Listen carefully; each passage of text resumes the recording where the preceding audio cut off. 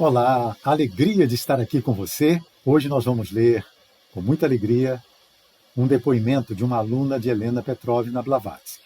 Faz parte de um livro chamado HPB, em memória, melhor dizendo, de Helena Petrovna Blavatsky, por alguns de seus alunos ou de seus estudantes. Depoimentos de Annie Besant, Alfred Sinnett, Archibald Bertrand Kitley, a condessa Constance Wachtmeister, Coronel Henry Steele Olcott, George Meade, Laura Cooper, William Judge, Julia Campbell e muitos outros. Quando Helena Blavatsky morreu em 1891, alguns de seus alunos se reuniram para prestar uma homenagem a ela, escrevendo seus depoimentos sobre quem foi a Helena Blavatsky que eles conheceram. Esse livro foi editado no Brasil inicialmente pelo Projeto Pioneiros, que é um projeto editorial de um grupo de teosofistas dedicados a divulgarem aqui no Brasil obras pioneiras do movimento teosófico. Já foram editados mais de 12 livros pelo Projeto Pioneiros.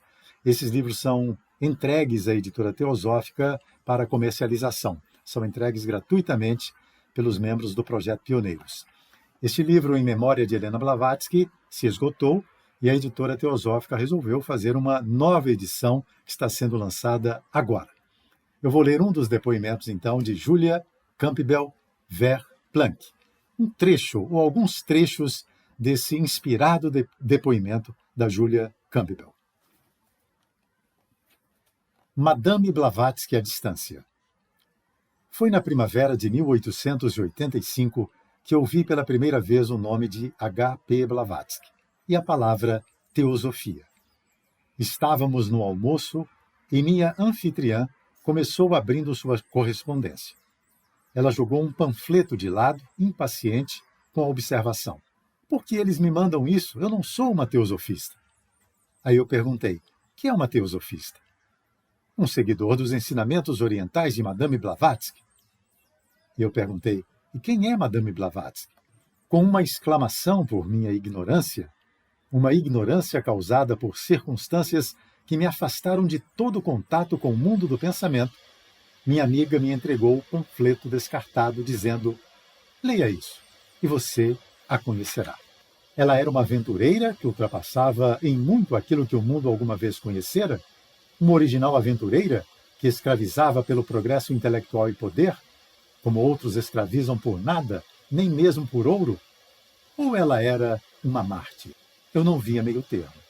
A força de sua personalidade se apoderou da minha imaginação e causou o desejo de saber quais eram os ensinamentos pelos quais essa mulher enfrentou não só calúnia, pobreza e perseguição, mas também o riso de 2 continentes, riso que é a arma mais mortal do século XIX.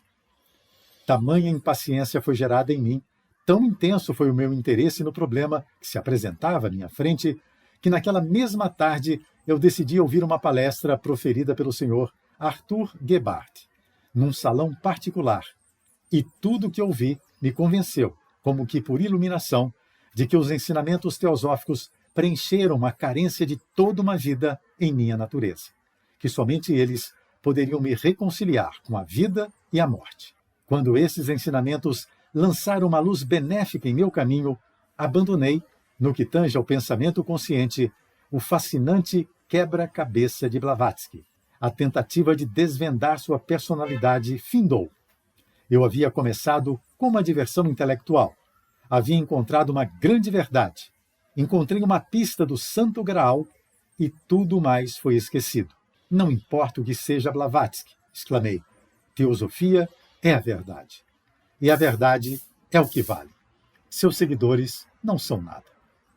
Só foi mais tarde, quando a filosofia se abriu diante de mim, tornando-se imediatamente a estrela e consolo da minha vida, que descobri, dentro de mim, bem por acaso, por assim dizer, uma profunda e apaixonada gratidão por aquela mensageira que tinha ousado todas as coisas, ofertado todas as coisas, suportado todas as coisas, para trazer esse presente eterno de inestimável valor para o mundo ocidental.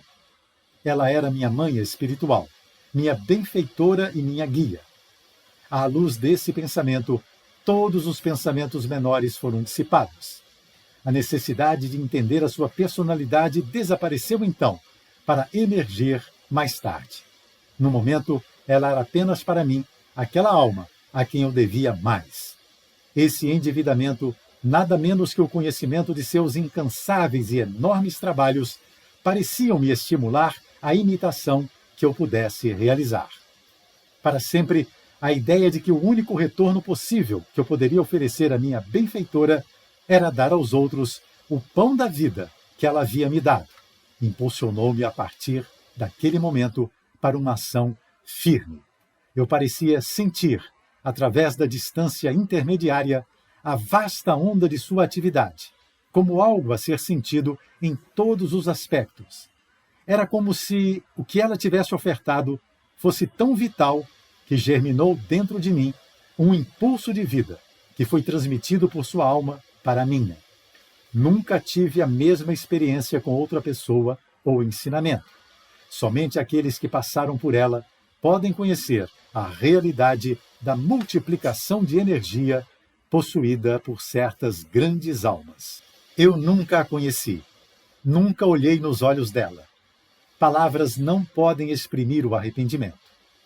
Mas depois de um tempo, ela me escreveu, por seu próprio critério e movimento, como alguém que responde de longe ao desejo de um amigo, pronta a responder se eu pedisse ajuda para outro, silenciosa apenas ao chamado pessoal, cheia de pena e angústia pelos equivocados, pelos desertores, pelos sofredores, solícita apenas pela causa, pelo trabalho.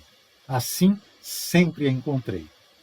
Embora ela tivesse um coração de leão, ele sangrava, mas nunca se despedaçou. O aroma sutil de sua coragem espalhou-se pelos mares, revigorado e regozijou todo o coração sincrônico, levando-nos a fazer e a ousar. Sabendo assim do seu efeito sobre nossas vidas, em seu incentivo diário ao esforço altruísta, à verdade e à virtude, podemos sorrir para todo testemunho alheio. Somente de virtudes afins surgem essas virtudes. Ela nunca poderia ter nos fortalecido nessas coisas se não as tivesse possuído em grande medida. Citando as palavras de alguém que morava na casa com ela, repito, podem dizer o que quiserem sobre sua personalidade. Nunca conheci uma melhor. Tinha a robustez e a dignidade do carvalho druídico, e foi bem expressa pelo lema druídico, a verdade contra o mundo.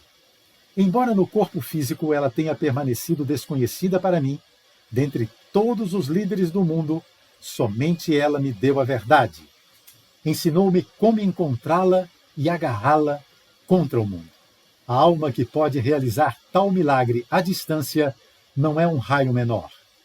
É um dos grandes centros solares que não morrem, embora por um tempo nós a chamemos equivocadamente de Helena Petrovna Blavatsky. Assinado Julia Campbell Ver Planck.